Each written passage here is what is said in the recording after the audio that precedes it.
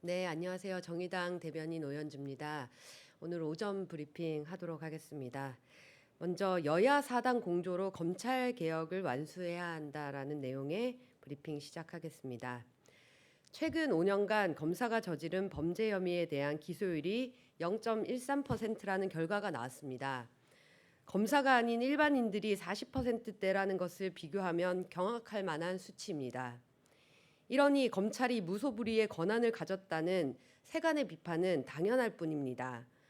검찰이 수사권과 기소권을 모두 독점하며 난공불락의 성을 쌓아놓고 있으니 그 안에서 자기들끼리 덮어주고 보호하며 썩어 들어갈 수밖에 없는 것입니다. 수십 년간 쌓여온 검찰의 적폐를 국민들의 뜻이 모인 지금에야말로 일소해야 합니다. 검찰의 무소불위한 권한을 분할하고 공수처와 같이 검찰에 대한 강력한 견제 장치를 만들지 않는 이상 검찰이 개혁될 리는 만무합니다. 검찰 개혁은 국회에서 제도로서 완수되어야 합니다.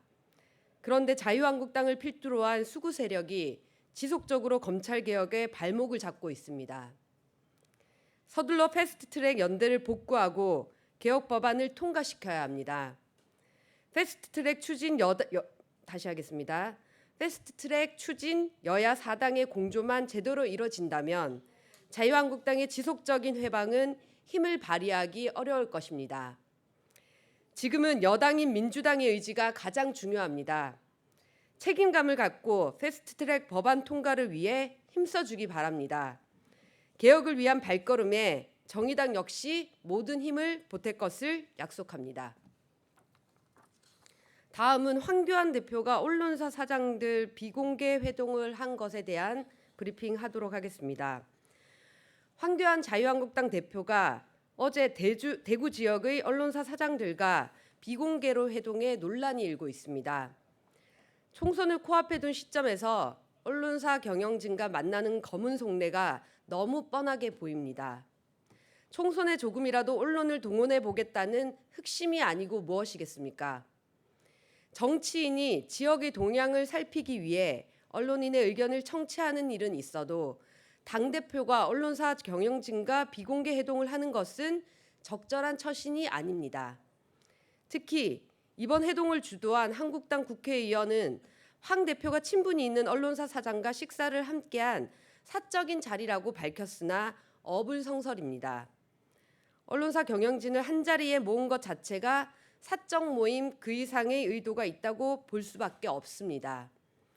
또한 이번 회동에 참석하지 않은 두 곳의 언론사는 민감한 시기를 이유로 응하지 않았다는 점을 볼 때 황교안 대표가 이런 우려를 사전에 알았고 그럼에도 만남을 강행한 것은 황 대표의 머릿속에는 오직 총선밖에 없으며 대구가 자신의 아성이라는 오만함을 드러낸 것입니다.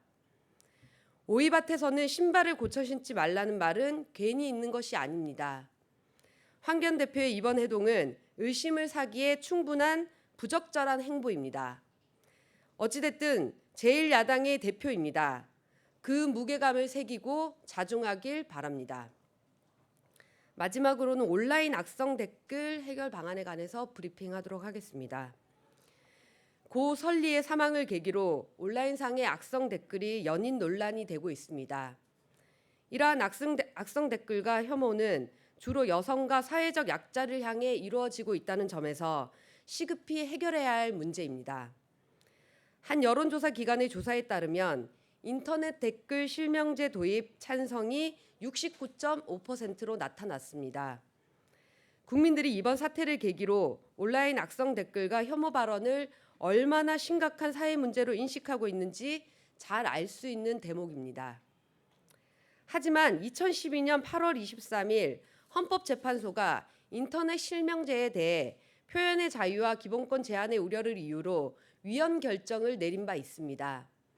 또한 인터넷 실명제를 하지 않았기 때문에 그동안 만연했던 악성 댓글을 잡지 못한 것이 아닙니다. 보도 준칙조차 제대로 지키지 않고 악성 댓글도 많이 달리면 그만이라며 온라인 악성 댓글을 방치해 왔던 그 문화가 문제였습니다. 정의당은 이 문제에 관해 차별금지법, 혐오 표현 방지법 제정, 인권과 관련한 보도 원칙을 재정립하는 과정을 통해 인권 침해적 온라인 환경을 개선하는 데 앞으로도 전력을 다하겠습니다. 감사합니다.